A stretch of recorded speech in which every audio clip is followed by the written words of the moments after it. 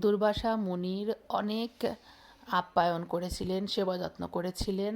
এর ফলে দুর্বাসা মুনি সন্তুষ্ট হয়ে কুন্তী মাতাকে একটি শক্তিশালী মন্ত্র বর প্রদান করেছিলেন এবং সেই মন্ত্র বলের ফলে তিনি যে কোনো দেবতাকে আহ্বান করতে পারতেন এবং তার কাছ থেকে যে কোনো মনোবাসনা পূর্ণ করতে পারতেন এবং পুত্র সন্তান লাভের শক্তি ছিল এই মন্ত্রের ভিতরে।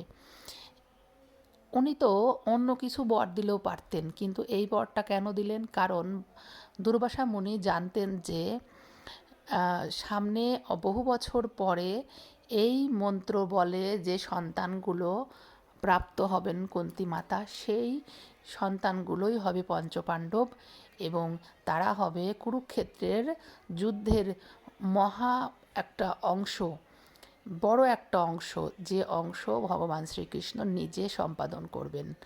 তাই মাতা কুন্তীকে অন্য বর দিলেও দিতে পারতেন, কিন্তু দুর্বাসা মুনি জানতেন যে তার এই বরই তার প্রয়োজন, সেই জন্য সেই বরটা তাকে দিলেন। এবং আমরা ফলস্বরূপ জানি যে কুন্তী মাতার বিয়ের পরে তার পাণ্ডু নামে যে স্বামী, তার একটা অভিশাপ ছিল যে কখনো সন্তান জন্ম দিতে পারবে না। সেই জন্য তখন মন্ত্র বলেই সন্তান লাভ করতে হলো এবং তারাই হলেন পঞ্চপাণ্ডব। এরকমভাবে অনেক কিছুতেই দেখা যায় যে দুর্বাসা মুনি তার অভিশাপ দিয়েছে এবং সেই অভিশাপটি ভগবানের লীলারই একটা অংশ।